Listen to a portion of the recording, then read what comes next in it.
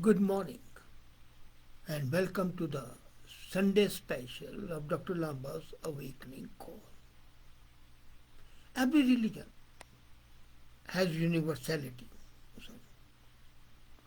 and has relevance to the period. However, there is one religion that is universality for all times, and that is the beauty of that religion, that is Sikhism. As a matter of fact, Sikhism is not a modern religion, no, it's postmodern.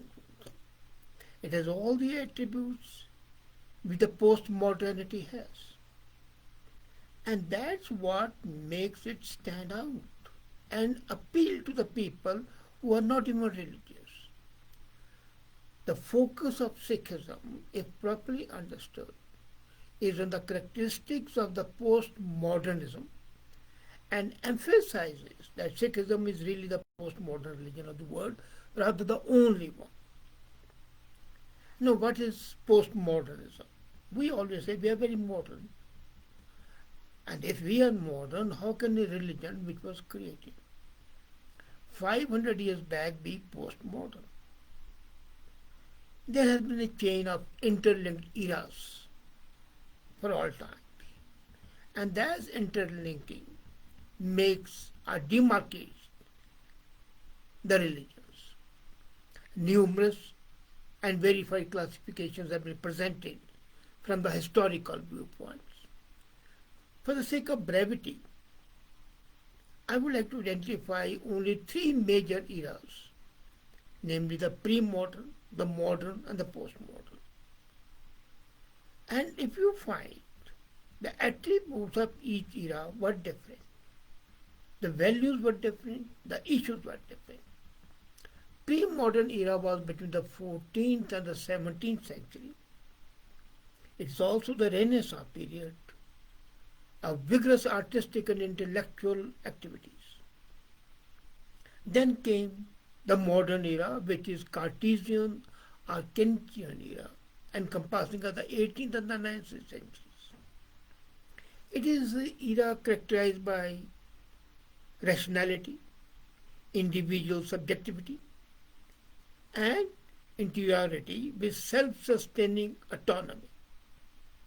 Now, there seems to be no consensus about the beginning of the postmodern era, because modern era we know the 19th century. So I propose the postmodern era began on October 24, 1945, after UN Charter was signed at San Francisco. The colossal havoc of the Second World War, the death and the destruction of the two world wars, the explosion of the atom bombs on Hiroshima and Nagasaki had shaken the people. And it became quite clear that the humans are not always rational and the future of whole humanity is doomed. So in between the 20th century, more people began to think in a different term. And the cusp of the new millennium came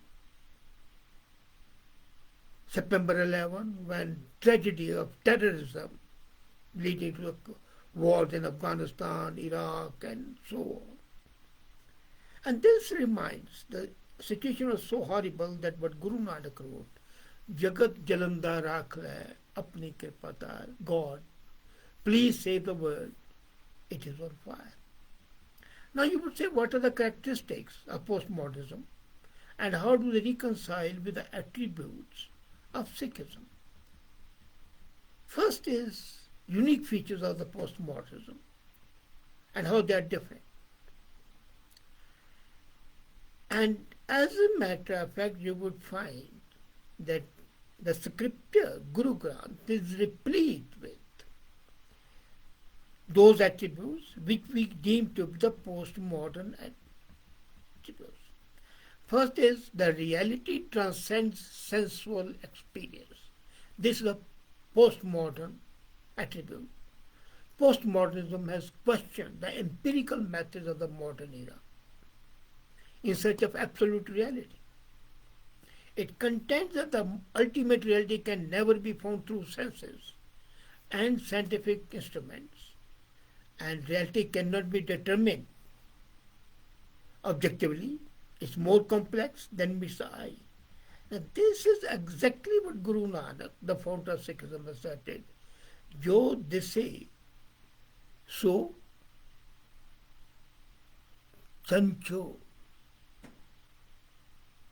जो दिसे so chalanhar. So what can be seen would vanish. Senses are not to be depended on. They can betray you. So that shows that the objective reality, this is purely philosophical thing.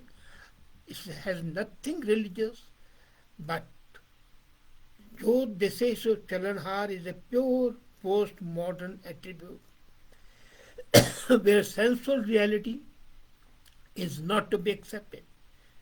You have to reach beyond the senses. And when you reach beyond the senses, you perceive the truth. So that's why in Sikhism, mysticism is considered a viable approach to gain complete or real knowledge. Mysticism is a reality which is beyond the grasp of the senses. So Guru Nanak says that in this realm of mysticism, without eyes, you can see, listen without ears. One walks without the feet and works without hands, speaks without the tongue, and attains life and death. O Nanak, one meets God after realization of the divine law. Page 946 of Guru Granth Sahib. The true scripture speaks about the direct outcome of intuitive or mystic experience, and that is born by their authentic living. The mystic seem to attain the non-ordinary state of consciousness, and the scientific and the rationalistic approach during the postmodern era have lost their legitimacy as nothing can be proved.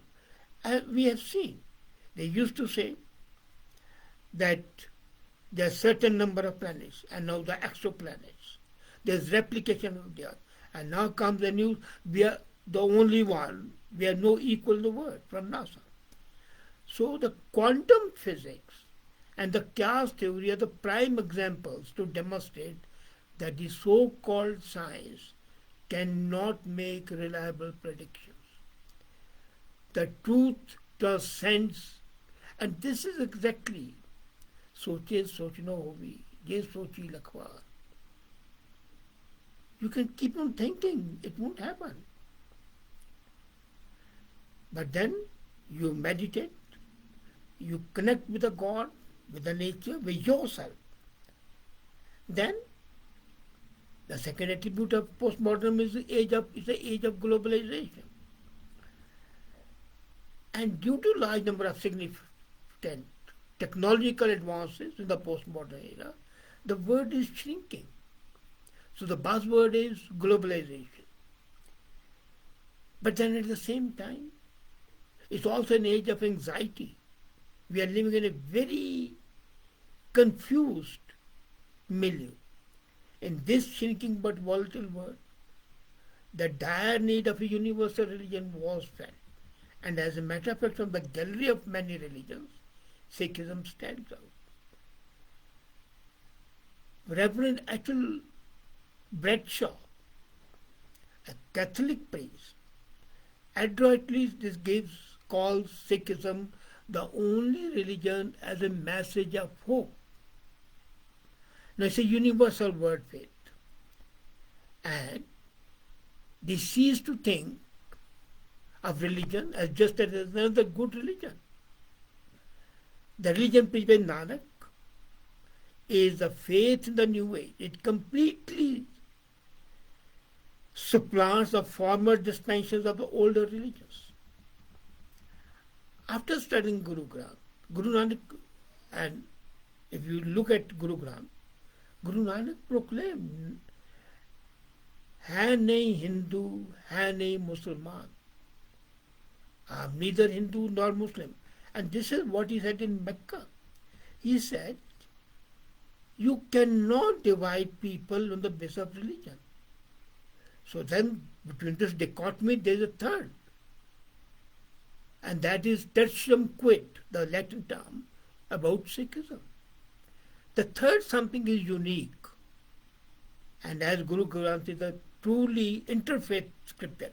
Have you seen any other scripture which has contributions by the other religions?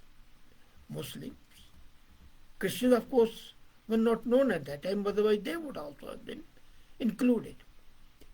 Third is shattering of the myths in the postmodern era. The meta-narrative is defined as a myth by which human beings organize their life. And the scientific approach destroys the myth. And that's what Guru Nanak did.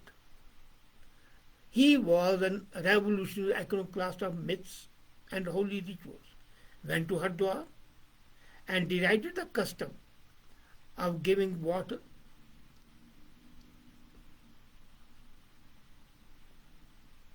to the sun. Went to a masjid, joined namaz, and then came back and said, you are ritual reciting because you are thinking of your cow giving birth to a calf, lest he should fall down. You are not really meditating. Goes to Banaras, does the same. Look at the arti that he did. And then connects. Gagan mein thal rab chandipak bane tarka mandal janak moti dup mallanu pavajam. The complete creation, the myths, he has demolished. He was asked to wear the sacred thread which Hindus wear. And he said, no, it's a good karma, good deeds which are important rather than wear the. And then he said, everything goes by the God's order, the hukam. So postmodernism was inherent. Then issues which postmodernism has, they are a part of Sikh issues. And if you look at the gender inequality, racial inequality, diversity, multicultural issues, these are inherent in Sikhism. Human rights issues, for example, we are very proud of saying that UNO and the Human Rights Commission. And if we cursory look at the Human Rights Organization, will make you wonder that many of the lofty ideas have been borrowed possibly from Guru Granth Sahib. The major emphasis on human rights and the worth of the human beings and the equal rights of men and women are advocated in the Charter. Look back in the 15th century when Guru Nanak said the same thing. Nanak naam chardi kara tere bhane sarbat ka bhala. That is a prayer. Sarbat da bhala. Welfare of all. This is much quoted line, so I don't have to repeat it. But social justice, you know the story of Malk Bhago and Bhai Lalo, where he derided the blood-sucking qualities of the feudal lords and the honest labor of a worker. That is a postmodern era, where he converted a cheat into an honest being. He talks of the equity of the genders. Soko manda aake jamera chan. That the woman has given birth to kings and you call her bad. So these are the hallmarks of Sikhism and these are the hallmarks of. Then, Aval Allah Nur Paya, Kudrat ke sab bande. That it's a God. Allah, he is using the word. He created light, Nur is light. And then all people are created by him. So, next line is Kaun bhale kaun mande, who are good and who are bad. So the whole universality, human rights, gender equality, and gender equality, possibly for the first time, he gave women. When he said, how can you disregard a woman? A man is conceived from her. From a woman a man is born. From a woman and with a woman he is married. With a woman he contracts friendship. So why denounce her when kings are born of her? And Guru Gobind Singh goes a step further and calls all women Kaurs. Kaur is the princess from Kanwar. So this deification, this royal designation of women could not be. Then diversity issues and multiculturalism against caste system. The first 5 paras were from the depressed classes. There's so much talk. But Guru Nanak had preached the whole world as one multicultural society, regardless of their age, caste, color, or creed. Guru Gobind Singh said, Manas ki jaat sab eke pehchan bo. All human beings are equal. That's a central theme of Sikh ideology. According to Guru Nanak, the person who loves all humans are equal are the highest kind. And that something is, you can't deny. At the page 988 of Guru Granth, he says, Sabbe ghat Ram bole, Ram, bina koi bole na. So God doesn't discriminate between people based on their religion, their sect, Hindus, Muslims, Christians. He went to Mecca. When the Qazi asked him, Hey Nanak, in your opinion, who is superior? Hindus or Muslims? And his reply is classic. This is from Bhai Gurdas, 133. Pushan fole kitab na, Hindu vada ke Musalman, Baba aake hazya, Shubh amla bojan. So, who is good or who is bad? It is not the religion which identifies. It is your work, Shubh amla, good work, that makes you good or better. The people who perform superior deeds are superior. Not people who are born in one way or the other. In Guru Granth, page 83, for example, he says, Pakad jai, pakad raho, sabna jiyan ka eko sao. All human beings are one. You cannot differentiate between them on the basis of their caste or creed. And the last is, I say, the reflection of God in each human being. Then it is against the drug abuse. Guru Nanak and Sikhism, they were against the use of any drug. And then violence was prohibited. When Babur invaded India, he was very clear, Guru Nanak, he went to jail as well, he was in prison. Paap ki janj le kablon dhaya zori mange daan mein lalo. That he has come with a marriage party of sinners. So the assertion has been postmodern, and then appreciation of nature and ecology connected with that. For example, when they say, Pavan Guru Pani Pita, Mata Dhat Mat. Pavan Guru, the wind is the teacher. Pani Pita, water is the father. Mata Dhat Mat, earth is the mother.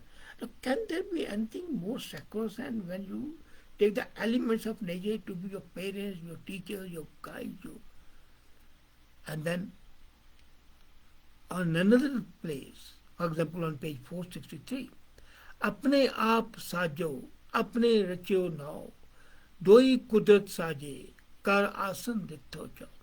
So Guru, the whole thing has been created for this purpose. As a matter of fact, the truth, which says, ये जग सच्चे की है, कोठरी सच्चे का विश्वास. So this is a place for the truth. And that is reality. And truth is authenticity. Sikhism is a scientific and logical religion, universally acceptable.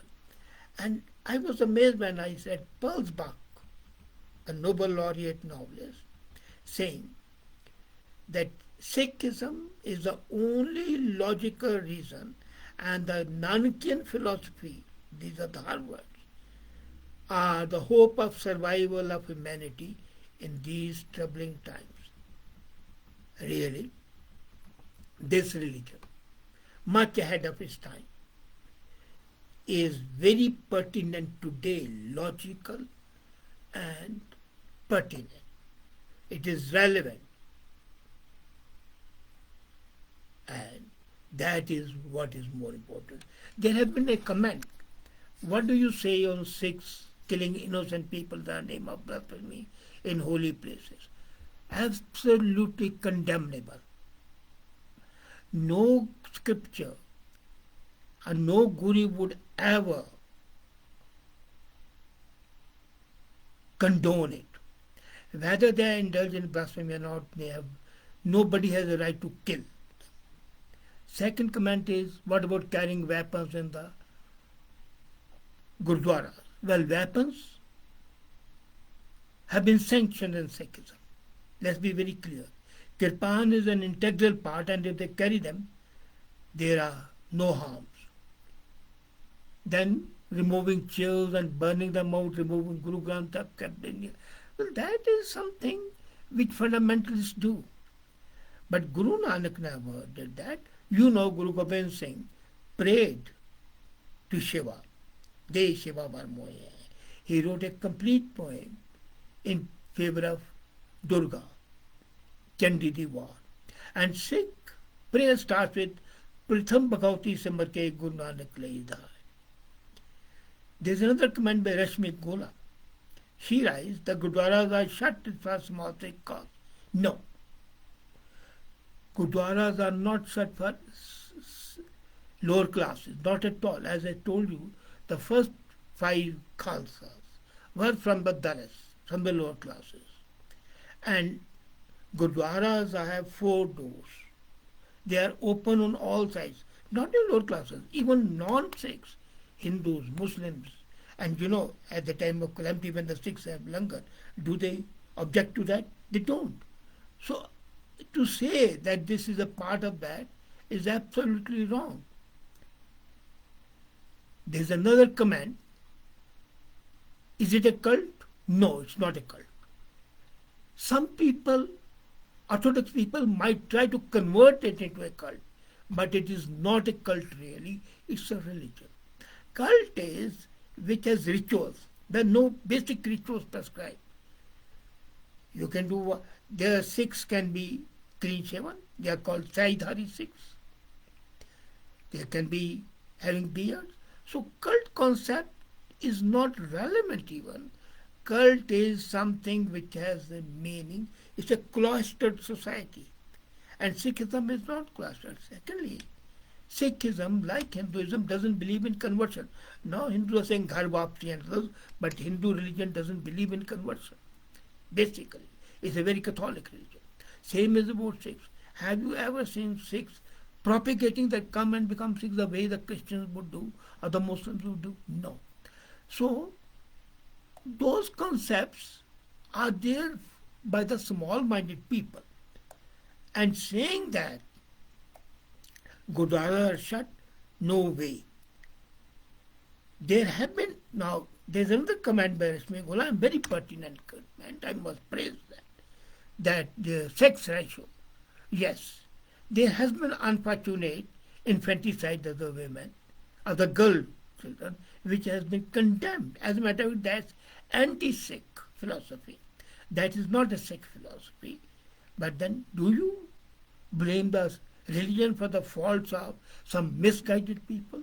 That you can't do. This religion is, as I said, a postmodern religion. But the people who have a mentality of the modern era or the pre-modern era, they cannot adjust in the postmodern era. That's the problem. And since they cannot adjust, they create problems for others. But looking at the philosophy of the religion, looking at the tenets of the religion, looking at the attributes of the religion, looking at the whole thing being explicated as per Guru Granth Sahib, which is, as I said, has Namdev, Hindus, Farid, Muslim, Bhatts, Hindus. There was no differentiation. So it's a very, very Catholic, very universal collection or anthology of great literature. Remember that. But the philosophy in that is one that is metaphysical, beyond senses. You have to break the hold of the senses, and then you can connect with the God.